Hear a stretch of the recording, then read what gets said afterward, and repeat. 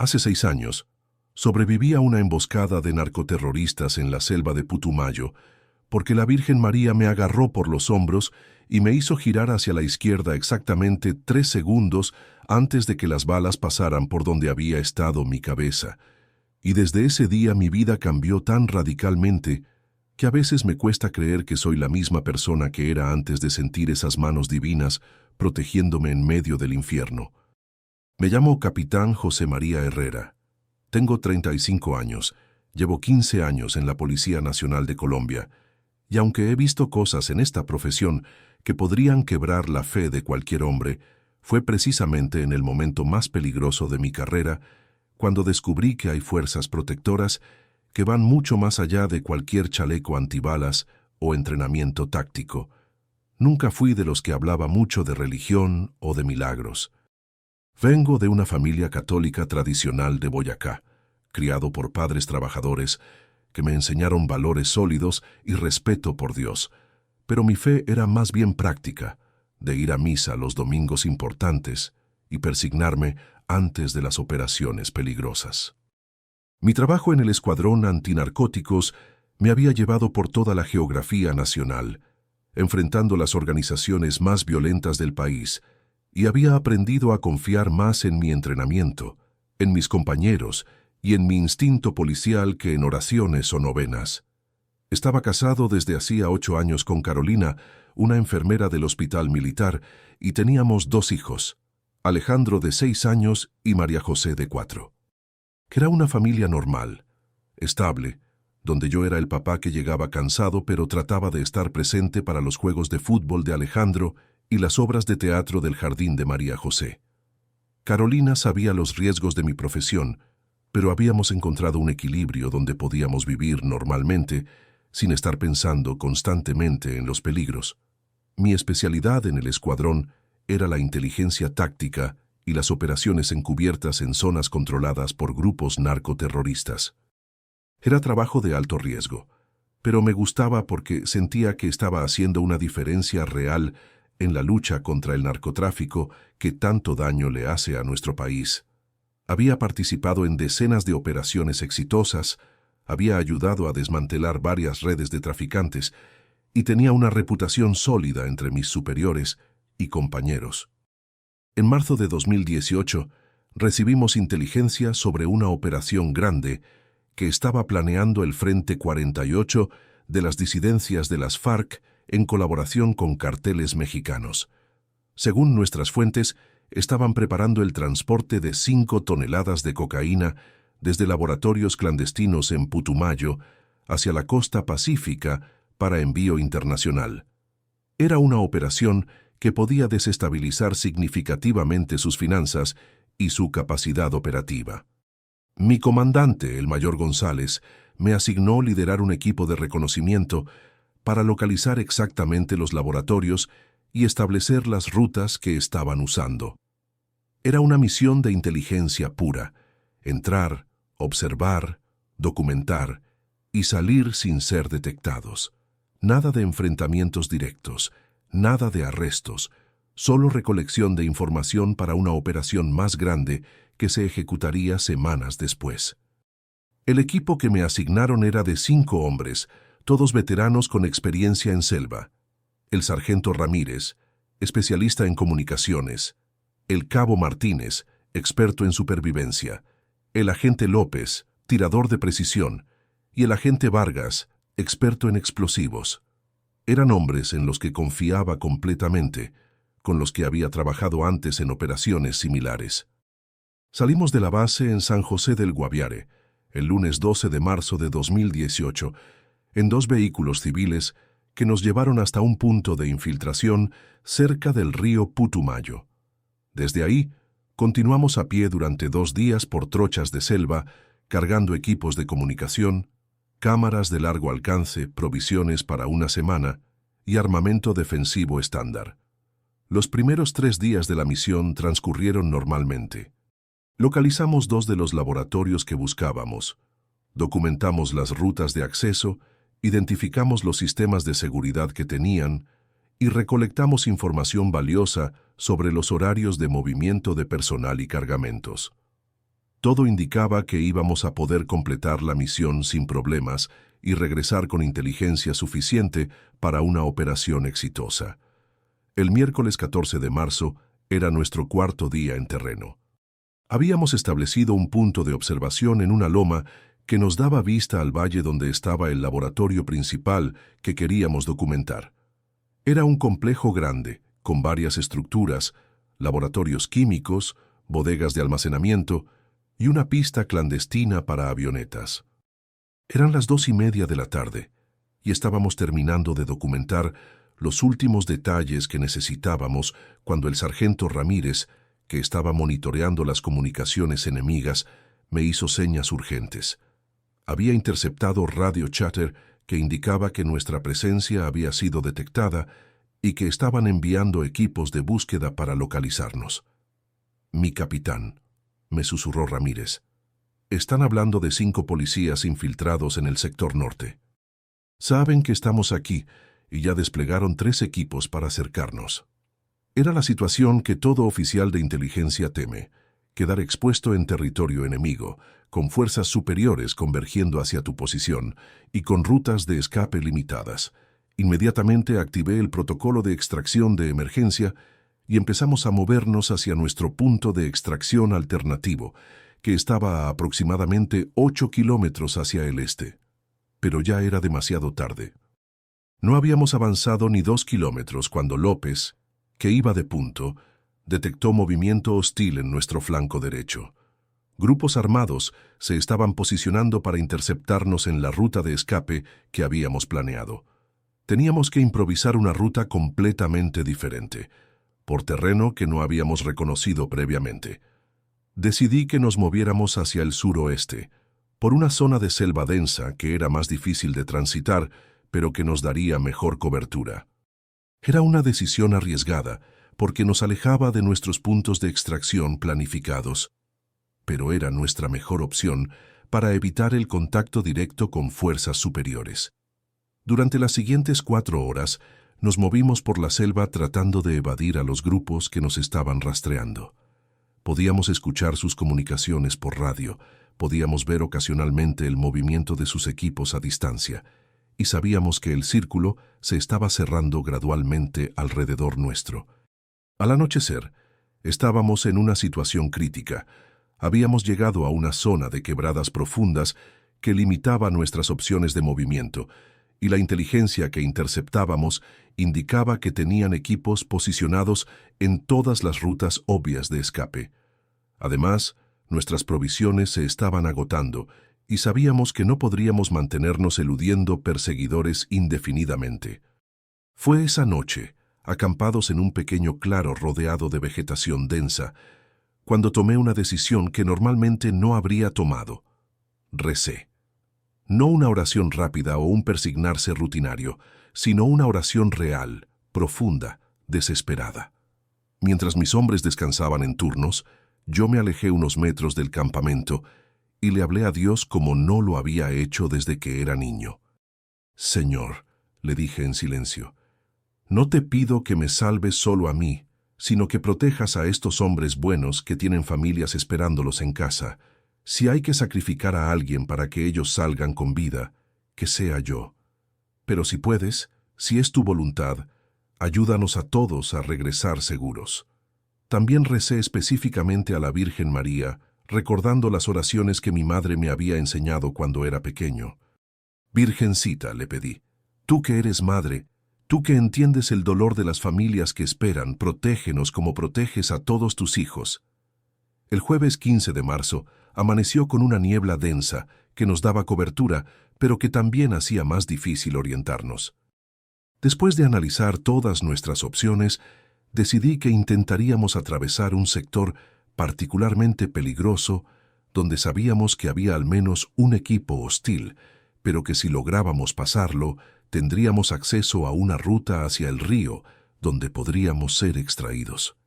Nos movimos en formación táctica estándar, López de punto, yo en segunda posición, Ramírez en el centro con las comunicaciones, Martínez y Vargas cubriendo la retaguardia.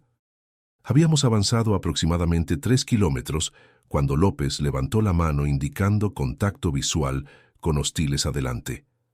A través de mis binoculares, pude ver que habían establecido una posición de emboscada perfecta en un paso obligatorio entre dos colinas.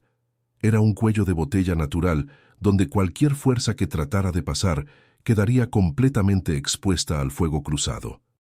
Tenían al menos 8 hombres visibles, probablemente más que no podíamos detectar, y estaban armados con fusiles de asalto y una ametralladora mediana. Evaluamos nuestras opciones tácticamente. Podíamos intentar rodear la posición, pero eso nos tomaría horas que no teníamos y nos expondría a otros equipos que sabíamos que estaban en el área. Podíamos intentar un asalto directo, pero estábamos en inferioridad numérica y de armamento. O podíamos esperar hasta la noche, pero eso nos daba más tiempo a ellos para reforzar la posición y traer más efectivos. Después de consultar con mi equipo, decidí que intentaríamos un movimiento de flanqueo muy arriesgado. López y Martínez se moverían hacia la derecha para crear una distracción, mientras Ramírez, Vargas y yo intentaríamos atravesar por el lado izquierdo de la posición enemiga. Era un plan con muchas variables que podían salir mal, pero era nuestra mejor opción. Nos tomó 2 horas posicionarnos para el movimiento. López y Martínez se establecieron en una posición desde donde podían abrir fuego de distracción sin exponerse demasiado. Ramírez, Vargas y yo nos acercamos lo más posible al flanco izquierdo de la emboscada enemiga, usando la vegetación densa como cobertura. Eran las 11:30 de la mañana cuando iniciamos el movimiento. López y Martínez empezaron el fuego de distracción desde su posición, atrayendo la atención y el fuego de respuesta de los hostiles hacia su sector. Era el momento perfecto para que nosotros 3 intentáramos atravesar por el flanco opuesto. Salí primero de la cobertura vegetal, moviéndome en una carrera agachada hacia un grupo de rocas que nos daría cobertura intermedia. Ramírez me siguió 3 metros atrás y Vargas venía cubriendo nuestra retaguardia. El plan era atravesar el área expuesta en 3 movimientos rápidos, usando las rocas como cobertura intermedia. Había corrido aproximadamente 20 metros cuando algo extraordinario pasó. Sentí claramente como si alguien me hubiera agarrado por ambos hombros desde atrás y me hubiera empujado hacia la izquierda con una fuerza irresistible. No fue un empujón violento, sino más bien como si manos firmes pero gentiles me hubieran guiado para cambiar mi dirección de movimiento. El cambio de dirección fue tan súbito y tan fuerte que perdí el equilibrio y caí al suelo rodando hacia la izquierda, exactamente 3 segundos antes de que una ráfaga de ametralladora pasara por el lugar exacto donde había estado corriendo. Las balas impactaron el suelo y los árboles detrás de mí, cortando ramas y levantando tierra en la línea exacta que había estado siguiendo. Si no hubiera girado en ese momento preciso, si hubiera seguido corriendo en línea recta, como era mi plan original, esas balas me habrían impactado directamente en el torso y la cabeza. Era matemáticamente imposible que hubiera sobrevivido. Pero lo más extraordinario no fue solo la sincronización perfecta del movimiento que me salvó la vida, sino el hecho de que, mientras caía al suelo, vi claramente a la Virgen María parada junto a las rocas hacia donde me estaba dirigiendo. No era una imagen borrosa o una figura confusa. Era tan real y tangible como cualquier persona física, vestida con un manto azul, con una expresión de protección maternal, extendiendo sus brazos hacia mí como invitándome a refugiarme junto a ella. La visión duró solo unos segundos, pero en esos segundos sentí una paz y una protección que contrastaban completamente con el caos de la situación táctica que estábamos viviendo. Era como si estuviera en 2 realidades simultáneamente: la realidad de la emboscada, las balas, el peligro mortal, y la realidad de estar protegido por una presencia divina que estaba controlando completamente la situación. Logré llegar hasta las rocas donde había visto a la Virgen, y desde esa posición pude proporcionar fuego de cobertura para que Ramírez y Vargas completaran el movimiento.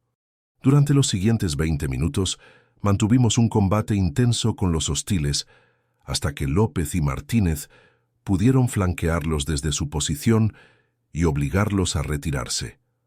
No hubo bajas en nuestro equipo.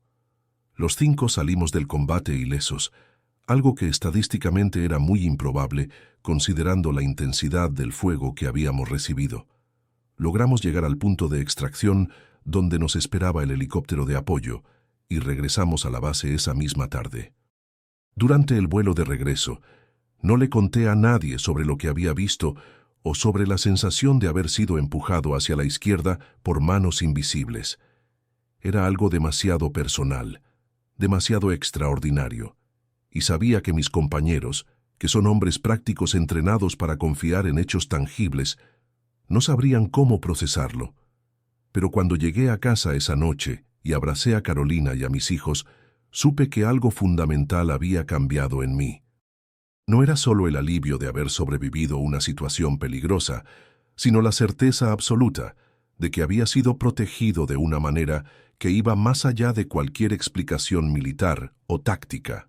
Esa noche, después de que Carolina y los niños se durmieran, me fui al pequeño oratorio que teníamos en casa, una mesa con una imagen de la Virgen del Carmen, patrona de la policía, que Carolina mantenía siempre con flores y velitas, y por primera vez en años recé de verdad. No una oración de rutina, sino una conversación profunda con la Virgen que me había salvado la vida. «Virgencita», le dije, «no sé por qué me escogiste para protegerme cuando tantos otros buenos policías han muerto en combate. No sé qué planes tienes para mí, pero te prometo que voy a usar esta segunda oportunidad de vida para algo mejor de lo que he estado haciendo». Durante las semanas siguientes, empecé a notar cambios en mi perspectiva sobre mi trabajo y mi vida.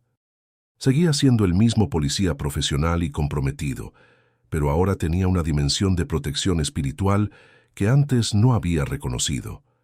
Empecé a rezar antes de cada operación, no pidiendo invencibilidad, sino pidiendo sabiduría para tomar las decisiones correctas y protección para todos mis compañeros. También empecé a ser más consciente de los aspectos humanos de nuestro trabajo. Durante interrogatorios, en lugar de enfocarme solo en obtener información táctica, empecé a ver a los capturados como personas que habían tomado caminos equivocados, pero que podían tener oportunidades de redención. Desarrollé una reputación por ser efectivo pero justo, por tratar con dignidad incluso a los criminales más peligrosos. Mi relación con Carolina y los niños también se profundizó. Estar tan cerca de la muerte me había hecho valorar cada momento con mi familia de una manera que antes daba por sentada. Empecé a ser más presente en casa, más participativo en la vida diaria de mis hijos, más atento a las necesidades emocionales de Carolina. 6 meses después del incidente en Putumayo, me ofrecieron una promoción para trabajar en Bogotá en la Dirección de Inteligencia Nacional. Era una oportunidad excelente para mi carrera, con mejor salario, menos riesgo físico y más tiempo en casa con la familia. Pero cuando estaba considerando la oferta, tuve una experiencia que me confirmó cuál era el camino que debía seguir.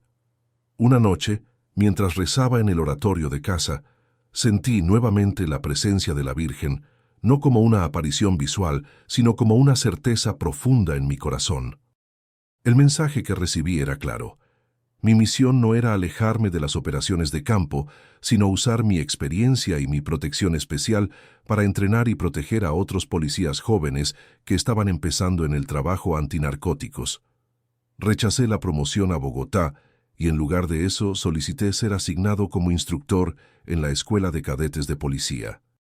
Era una decisión que sorprendió a muchos de mis superiores, porque típicamente los oficiales buscan promociones que los alejen del trabajo de campo. Pero yo sabía que era exactamente donde necesitaba estar. Durante los últimos 6 años, he entrenado a más de 300 jóvenes policías en técnicas de supervivencia, tácticas de combate e inteligencia operacional. Pero más importante que el entrenamiento técnico, he tratado de transmitirles una comprensión profunda de que nuestro trabajo no es solo una profesión, sino una vocación de servicio que requiere tanto preparación física como fortaleza espiritual. No les cuento específicamente sobre mi experiencia en Putumayo. Eso sigue siendo algo muy personal que solo he compartido completamente con Carolina. pero sí les hablo sobre la importancia de mantener una vida espiritual sólida, de rezar por protección antes de las operaciones y de tratar su trabajo como una misión de proteger a los inocentes más que como una guerra contra enemigos. He visto los resultados de este enfoque en las carreras de muchos de mis estudiantes. Los oficiales que graduamos ahora tienen índices de supervivencia más altos, toman mejores decisiones bajo presión y mantienen mejor equilibrio entre su vida profesional y personal. Varios me han contado sobre experiencias propias donde sintieron protección especial durante operaciones peligrosas. Mi familia también ha sido transformada por mi experiencia. Alejandro, que ahora tiene 12 años, ha expresado interés en seguir carrera policial, pero con una comprensión madura de que se trata de servicio público más que de aventura o heroísmo. María José, que tiene 10 años, es increíblemente compasiva y muestra signos de vocación hacia trabajo social o psicología. Carolina ha desarrollado un ministerio informal en nuestra parroquia, organizando grupos de oración para esposas de policías y militares. Ha visto cómo la experiencia que vivimos ha fortalecido no solo nuestra fe personal, sino nuestra capacidad de apoyar a otras familias que enfrentan los mismos riesgos y desafíos que nosotros enfrentamos. Hace 2 años, recibí una medalla de honor por mi trabajo como instructor y por mi contribución al desarrollo de nuevos protocolos de entrenamiento. Durante la ceremonia, el director general de la policía me preguntó qué había inspirado mi dedicación excepcional a la formación de nuevos oficiales. No pude contarle toda la verdad en ese momento público, pero le dije: General, he aprendido que cada oficial que entrenamos bien no es solo una vida que protegemos, sino decenas o cientos de vidas civiles que ese oficial va a proteger durante su carrera. Es una responsabilidad que va mucho más allá de cualquier manual de entrenamiento. El año pasado, uno de mis antiguos estudiantes, el subteniente García, sobrevivió a una emboscada similar a la que yo viví en Putumayo. Cuando vino a contarme sobre su experiencia, me dijo algo que me emocionó profundamente. Mi capitán, durante el combate recordé todo lo que usted nos enseñó sobre mantener la calma, confiar en el entrenamiento y rezar por protección. Sentí como si usted estuviera ahí conmigo, guiándome. Experiencias como esa me confirman que la protección que recibí en Putumayo no fue solo para salvar mi vida personal, sino para que pudiera multiplicar esa protección a través del entrenamiento y la mentoría de otros oficiales. Cada estudiante que gradúo lleva consigo no solo técnicas tácticas, sino una comprensión de que estamos haciendo un trabajo que requiere tanto preparación terrenal como apoyo celestial. Mi fe ahora es completamente diferente de lo que era antes de 2018. Ya no es una fe cultural o de tradición, sino una fe vivida, experimentada, puesta a prueba en las circunstancias más extremas y confirmada a través de resultados tangibles. Rezo diariamente por protección, no solo para mí, sino para todos los hombres y mujeres que arriesgan sus vidas para proteger la seguridad de nuestro país. También he desarrollado una devoción especial a la Virgen del Carmen, no solo como patrona de la policía, sino como la madre que literalmente me salvó la vida con sus propias manos. Cada 16 de julio, en su fiesta, organizo con otros oficiales una peregrinación a su santuario en Bogotá para agradecer por todas las veces que nos ha protegido durante operaciones peligrosas. Si estás escuchando esta historia y eres miembro de las Fuerzas Armadas o de seguridad, quiero que sepas que el entrenamiento técnico y la preparación física son absolutamente esenciales, pero no son suficientes por sí solos. Hay dimensiones espirituales en nuestro trabajo que no se enseñan en ninguna academia militar, pero que pueden ser la diferencia entre la vida y la muerte en momentos críticos. Y si estás pasando por algún peligro o crisis en tu propia vida, quiero que sepas que las mismas manos que me empujaron hacia la izquierda en esa selva de Putumayo están disponibles para protegerte y guiarte en tus propios momentos de peligro.